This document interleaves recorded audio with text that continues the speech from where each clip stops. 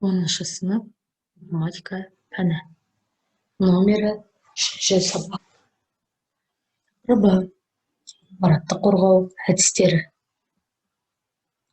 Бүгінгі сабақта ақпарат қауіпсіздігі және оны қорғау, дұрыс қорғаныс жүйесін құру туралы білетін боласыздар. Ақпарат қауіпсіздігі мен оны қорғау. Ақпараттың қауіпсіздігі дегеніміз ақпарат тұтастылығының физикалық және логикалық бұзылуынан немесе санкцияланбаған пайдаланудан қорғаныс жасау. Ақпаратты қорғау ақпараттың сыртқа кетуінің, оны ұрлаудың, жоғалтудың, рұқсатсыз жоюдың, өзгертудің маңызына тимей түрленудің, рұқсатсыз көшірмесін алудың, бұғаттаудың алдын алу үшін жүргізілетін шаралар кешені. Яғни ақпаратты қорғау автоматтандырылған жүйелерде оның бекітілген қорғаныс статусын қолдайтын арнайы механизмдерді құрау және қолдану процесі болып табылады.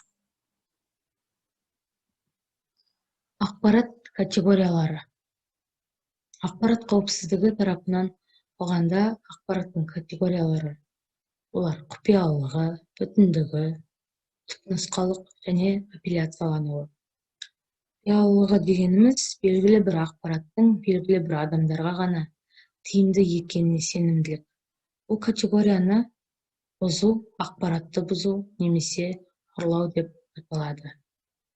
Бүтіндігі дегеніміз ақпараттың сақталуы немесе таралу кезінде санкцияланбаған өзгерістердің болмағанына сенімділік. Бұл категорияны бұзу мәліметтің фальсификациясы деп аталады. Нұсқалылық. Ақпарат көзі оны автор болып табылатынына сенімділік. Бұл категорияны бұзу автор тарапынан мәліметтердің фальсификациясы деп аталады. Апелляциялануы дегеніміз бұл кез келген уақытта белгілі бір адамның сол мәліметтің авторы екенін дәлелдеуі. Дұрыс қорғаныс жүйесін құру алғышарттары. Бұнда қорғаныс жүйесінің дұрыс алғышарттарын білесіздер.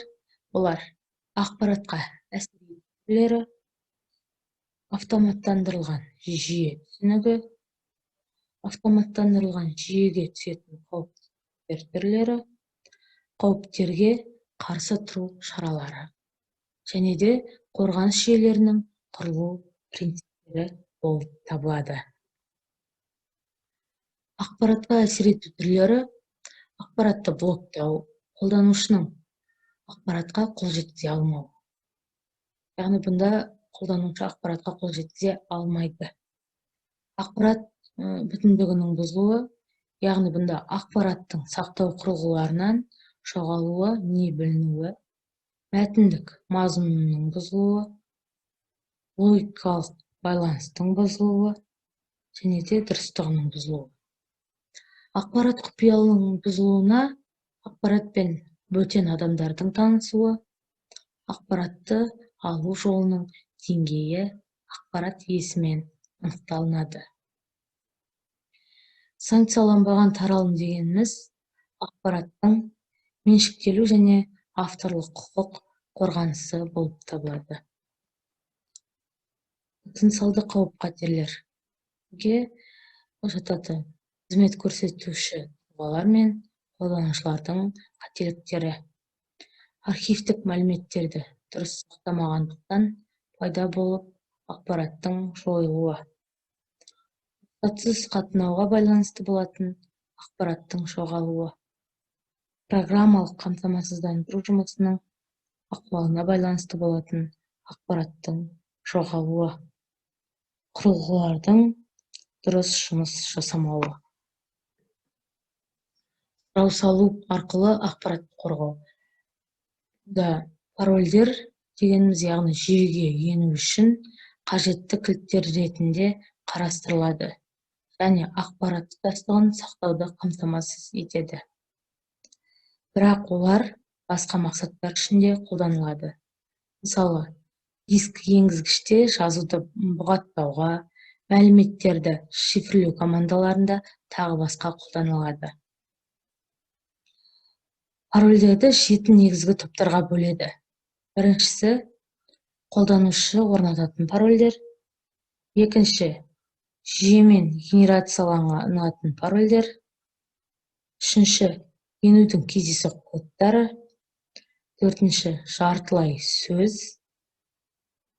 Бесінші, кілттік фазалар. Алтыншы, сұрақ-жауап түріндегі интерактивті тізбек. Жетінші, қатаң парольдер болып топтарға бөлінеді.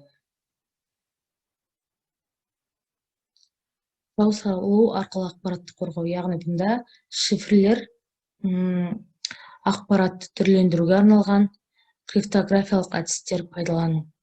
Шифрлер криптоаналитиктер үшін қарапайым болуы мүмкін, бірақ кәдімгі пайдаланушылар үшін файлға қол жеткізуі қиындатады. Бағдарламаларды, идентификациялық белгілерді шифрлеуге болады. Бағдарламаны қорғауға арналған шифрдің негізгі сипаттамасы кілттік шифрдің ұзындығы болып саналады. Сигнатуралар қорғаныс үшін пайдаланатын және бағдарламалық тәсілмен тексерілетін электронды есептеуіш машинаның 5 аспап сипаттамасы. Қорғау аппаратурасының көмегімен бағдарламаны қорғаудың негізгі принципі. Бұнда тұрақты есте сақтау құрылғысы мен оперативті есте сақтау құрылғысынан бағдарламаларды рұқсатсыз көшіру кезінде бағдарламаларының өздігінен жойылып кетуіне арналған сигналдарды өндіру болып табылады. Арнайы микропроцессорлар. Бұнда арнайы оптикалық құрылғы стандартты интерфейс арқылы қосылады. Сұрау салуға кейбір стандарттық реттілікпен үндеседі. Кемшілігі бағдарламамен басқарылады. Электроинтеллектісімен қорғау, яғни бұнда күрделі қорғаныс алгоритмін таратушы арнайы микропроцессоры бар. Электрондық қорғаныс құралдарының бірі. Тікелей қорғау құралдары, яғни бұнда егер құпия ақпараттардың тұратын модульді бұзатын болса, тікелей қорғау динамикалық жады қорегін бұғалауды да құпия ақпараттарды қояды. Активті және пассивті қорғау құралдары. Активті қорғау құралына уақытқа, күннің жадына құрылған қорғау кілттері жатады, немесе рұқсатсыз қатынас құруға қарсылық, ескерту, салу немесе бақылаудың ұйымдастыру түрінде болады. Екіншісі, жалпы қабылданған дабыл сигналдары. Авторлық этикетті басып шығару, дыбыстық ескертулер, бақылау, иемденуші жөнінде деректерді басып шығару сияқты белгілерден тұрады. Пассивті, яғни бұнда сақтандыру, алдын ала ескерту, бақылау, сондай-ақ қолайсыз жағдайды болдырмау үшін өшуді дәлелдейтін және айғақ іздейтін бағыттағы әдістер жатады. Ақпаратты қорғаудың техникалық құралдарына электрондық қорғау құралдары, оптикалық қорғау құралдары және де биометриялық қорғау құралдары жатады. Бүгінгі сабақ бойынша кері байланыс. Нені білдім, нені үйрендім, түсініксіз болып қалған нәрсе, нені жетілдіру керек?